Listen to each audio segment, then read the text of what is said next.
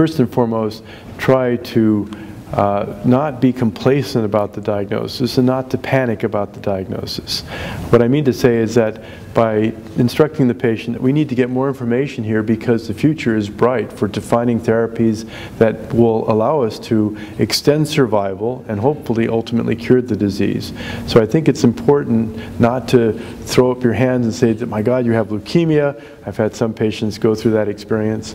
I've also had patients who have been told by their primary care docs, oh, you have a leukemia that you shouldn't have to worry about.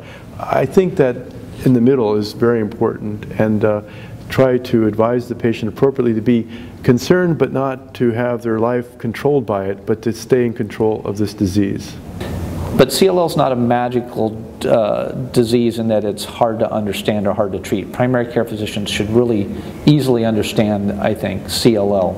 Again, it's a chronic disease. People will live with it for years and years and years, and these kinds of treatments are outpatient approaches that primary care physicians will have to become familiar with, because patients will show up on treatment with these drugs. And these drugs, I should point out, as far as we know to this point, people will be on them indefinitely, these oral agents. So, you know, people may be coming in for their hypertension or seeing what's going on with their diabetes, but they're also on this kind of an agent for their CLL. I think it's critical a primary care physician understand that and know a little more about it.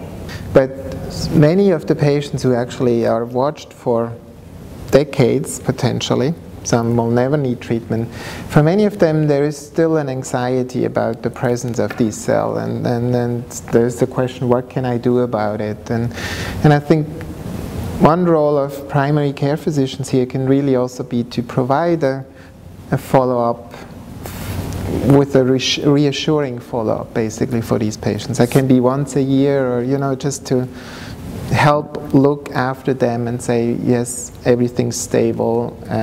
There's no reason why this couldn't just stay stable for a decade.